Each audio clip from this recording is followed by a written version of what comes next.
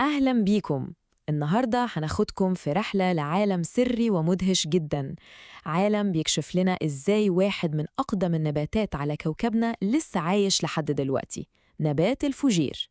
يلا بينا نكتشف مع بعض دورة حياته العجيبة دي. وهو ده السؤال اللي هيفتح لنا القصة كلها. يعني إحنا متعودين إن النباتات بتطلع زهور، والزهور دي بتعمل بذور ومنها بيطلع نبات جديد. طيب إيه حكاية نبات الفوجير ده بقى اللي ما عندوش لا ده ولا ده؟ شكله كده مخبي سر كبير وقديم قوي. تعالوا نكتشفه سوا. طيب هنبدأ منين؟ هنبدأ من الحاجة اللي كلنا نعرفها، النبات الأخضر الكبير ده اللي بنشوفه في كل حتة. هو ده الشكل المألوف لينا، لكن في علم النبات ليه اسم علمي محدد، الطور الجرثومي. الاسم ده مهم، خلوه في بالكم لأن ده يعتبر نص الحكاية بس. يعني إيه بقى الطور الجرثومي؟ ببساطة شديدة، هو نبات الفوجير الكبير اللي نعرفه، ومهمته الأساسية في الحياة هي إنه ينتج آلاف ويمكن ملايين من وحدات صغيرة جدا جدا. هي دي اللي هتبدأ الجيل الجديد. الوحدات دي بنسميها الجراثيم.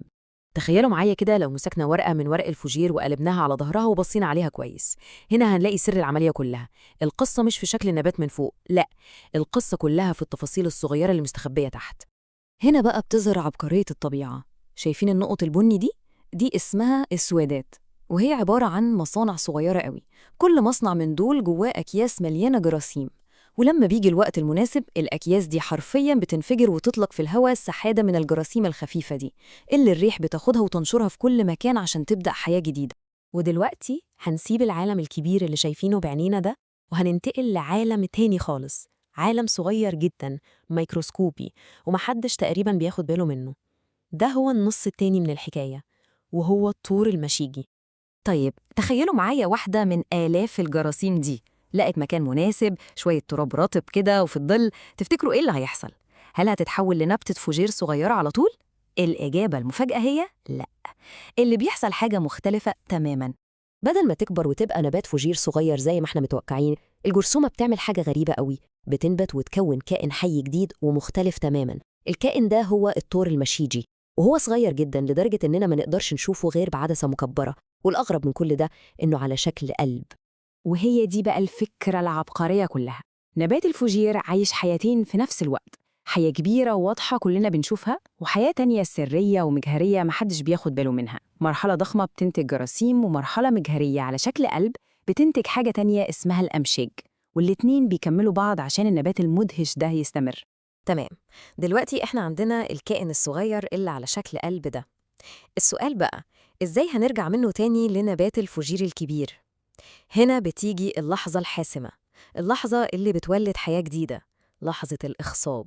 العالم الخفي ده كله معتمد على مكون واحد بسيط جدا لكنه أساسي، المية. من غير نقطة مية واحدة القصة كلها بتقف.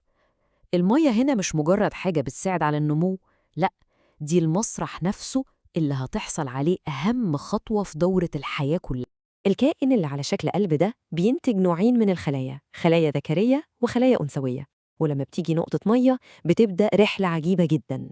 الخلايا الذكرية بتستخدم المية دي عشان تسبح وتوصل للخلايا الأنثوية. اتحاد الخليتين دول مع بعض هو لحظة الإخصاب السحرية، اللي بيتولد منها أول خلية لنبات فوجير جديد خالص. الخلية دي اسمها اللقاحة أو الزيجة. خلاص كده الشرارة بدأت، أول خلية اتكونت. دلوقتي هنشوف إزاي الخلية اليتيمة دي هترجعنا تاني لنقطة البداية وتكمل الدايرة المقفولة دي. من الخلية الواحدة دي بتبدأ معجزة حقيقية. اللقحة بتبدأ تنقسم وتكبر وتكبر، وبتطلع زي برعم صغير من قلب الكائن اللي على شكل قلب ده. وشوية بشوية البرعم الصغير ده بينمو وبيتحول لنبات الفوجير الضخم اللي كلنا عارفينه. وبكده الدورة تكون كملت ورجعنا لنقطة الصفر تاني. يعني لو حبينا نلخص القصة العجيبة دي كلها، فهي ماشية كده. نبات كبير بيطلع جراثيم صغيرة، الجرثومة بتنبت وتعمل نبات صغير على شكل قلب. النبات الصغير ده بيعمل إخصاب بمساعدة المية، والإخصاب ده بينتج عنه نبات كبير جديد، وهكذا الدايرة تفضل تلف وتستمر الحياة. وده فعلا يخلينا نفكر، لو نبات بسيط زي الفوجير عنده كل العالم السري ده، يا ترى إيه الأسرار التانية اللي الطبيعة مخبياها حوالينا؟ كام كائن حي تاني بنشوفه كل يوم وهو في الحقيقة عايش حياة مزدوجة وخفية عشان يقدر يفضل موجود؟ ده بيثبت إن اللي بنشوفه بعينينا دايماً هو مجرد قشرة بسيطة لقصة أعمق وأعقد بكتير. سؤال يستاهل نتأمل فيه.